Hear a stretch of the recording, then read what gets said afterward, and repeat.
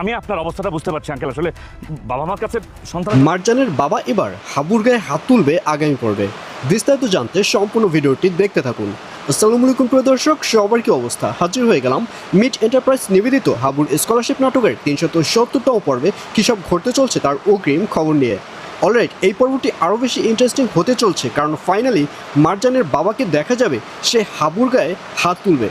কারণ রাতের বেলা যখন হাবু বাড়িতে ফিরবে তখন মারজানের বাবা হাবুর কাছে জানতে চাইবে যে মারজান কোথায়, মারজানকে জেল থেকে ছাড়াতে পেরেছে কিনা। আর এই কথা শুনে হাবু বলবে না, তাকে ছাড়ানোটা এতটাও সহজ না। আর ঠিক তখনই মারজানের বাবাকে দেখা যাবে সে রেগে গিয়ে হাবুর গায়ে হাত তুলবে, এবং হাবুর পাশে যে ডক্টর সাহেব দেখা যাবে তাকে দেখা যাবে সে তাদের ঝামেলাতে ছাড়িয়ে দিবে। সে ডক্টর সাহেব বলবে, শোনেন, আমরা বুঝি যে আপনি মেয়ের গার্জিয়ান হিসেবে আপনার রাগ থাকাটাই স্বাভাবিক, কিন্তু এখানে হাবুর তো কোনো হাত নেই, আপনি শুধু শুধু হাবুর গায়ে কেন হাত তুলছেন?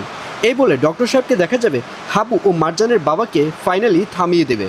আর অন্যদিকে সেকেন্ড চেয়ারম্যানের মামাকে দেখা যাবে সে এবার তাদের উকিলকে মেরে ফেলার ভয় দেখাবে।